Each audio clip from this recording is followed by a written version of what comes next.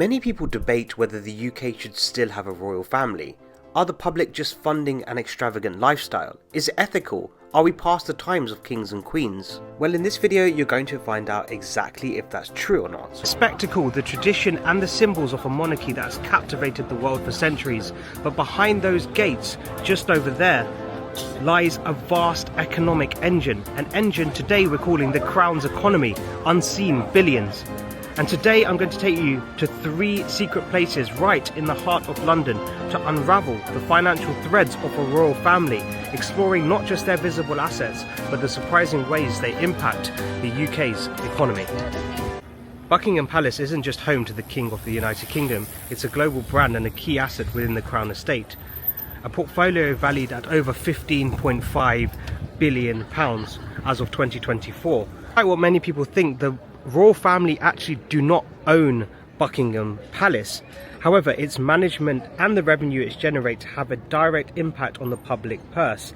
In the financial year of 2023 to 2024, the Crown Estate generated a record net profit of £1.1 billion, all of which was surrendered to the Treasury of the United Kingdom.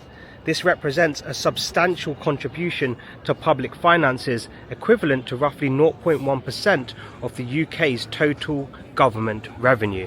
And even near Buckingham Palace, the Crown own multi-million pound houses and apartments. Let's go and check them out. This is just in front of Buckingham Palace, where the royal family and the Crown in particular own various properties. Think about the sheer scale of the properties within the Crown Estate in central London alone.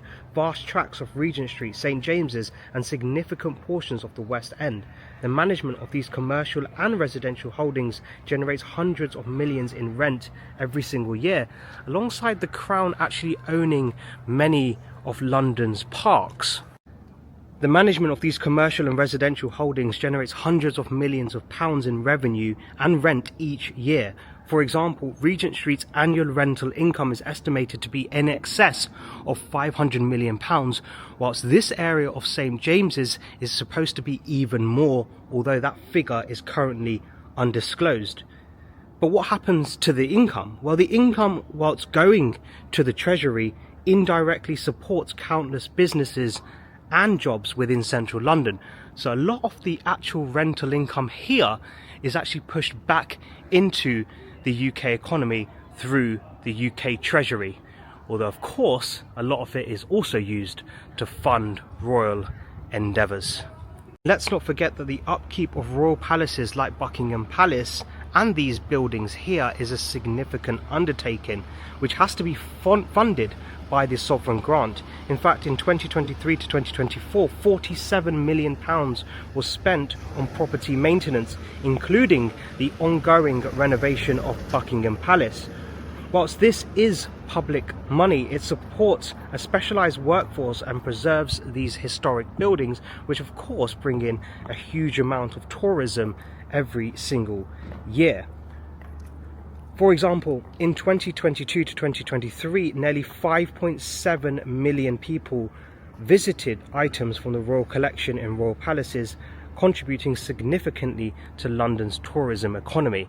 And there is absolutely no doubt that the royal family are a huge part of tourism in the UK, which of course drives the economy even further. But it's not just this area of St James's Park where the royal family own a large amount of property. Let's go to the second location in London where the Crown have a significant influence. Our next stop actually takes us to the West End, and in particular Piccadilly Circus, one of the most prime real estate locations in the capital. And much of these buildings are actually owned by the Duchess of Lancaster, King Charles. Duchy of Lancaster's property portfolio is substantial, valued at several hundred millions of pounds, with all of it, don't forget, going to him, and a significant portion of that real estate right here in central London. Their careful management of these properties ensures high occupancy rates and premium rents, contributing significantly to West End's economic vitality. For instance, it's estimated that businesses leasing properties from the King in this area generate hundreds of millions of pounds in annual turnover. But they also support thousands of jobs. The stability of the king as a long-term landlord can also attract high-quality tenants and maintain the prestige of these shopping streets. The Crown will carefully pick the tenants to make sure that they're fully verified and don't cause any problems to these historic buildings where changes are rarely made. But some stores in the West End of London will have something very significant. If you look at the top of the famous Fortnum and Mason store, just at the top there is a Royal Warrant. In fact, 800 stores in London have this above it. And they signify they're a supplier of goods and services to the royal household. So this store, Fortnum and Mason, some of the goods inside will actually be supplied to the royal household. Let's go and look inside. Many of the items here in Fortnum and Mason are actually supplied to the royal household, and for a company to get a stamp and an approval from the royal family, you have to be supplying them for 5 years as an absolute minimum. There's no actual monetary value to holding a royal warrant.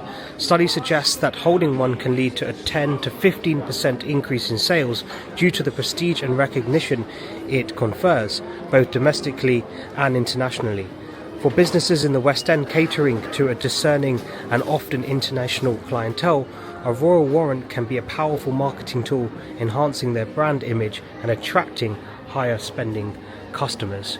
So it's definitely worth trying to get one of these if possible, but as always it's a very limited supply. And as you can see, walking past another one, Hatchard has that famous Royal Warrant. This is a bookstore who provide and supply books to Buckingham Palace and the royal family over the last couple of decades.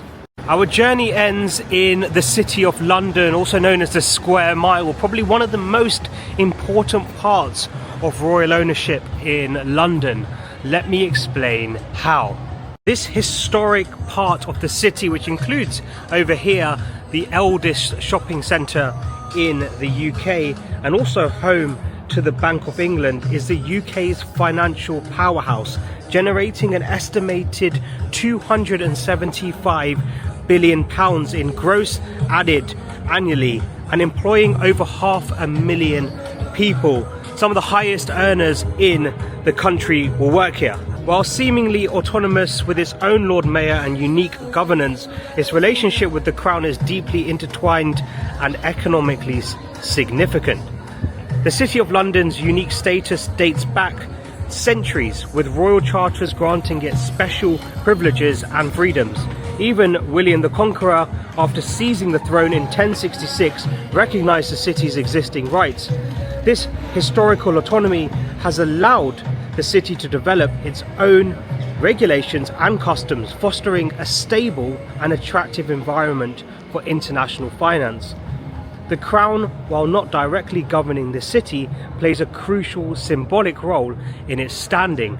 And as you can see, here is the older parts of the City of London, and just in the background there with the skyscrapers is all of the new City of London. When you think about this, the Bank of England, the UK's central bank, while it's operationally independent, its foundation and its role as the nation's financial guardian are intrinsically linked to the stability of the Crown and the government.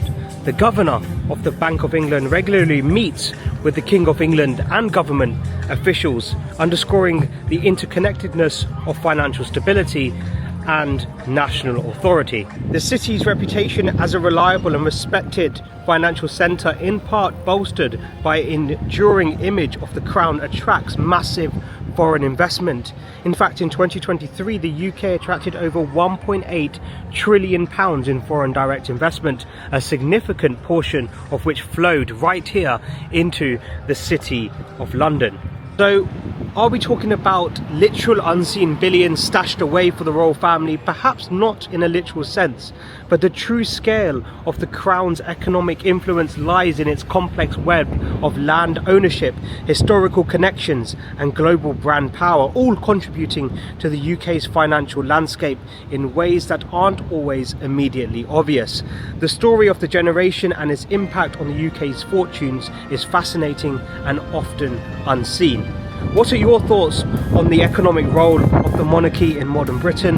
Let me know your thoughts in the comments, and as always, subscribe to this channel for more videos.